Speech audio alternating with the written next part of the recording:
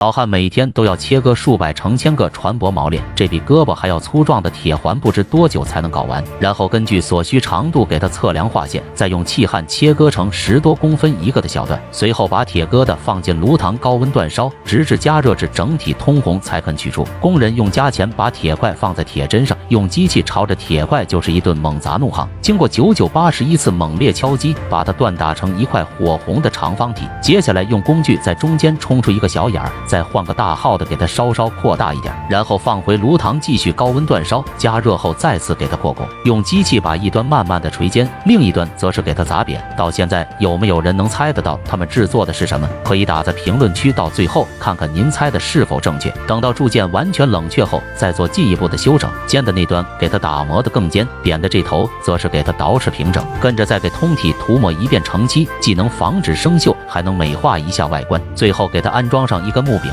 这样一把千锤百炼的10字镐头就这么出厂了。那么您知道这玩意儿它是干嘛用的吗？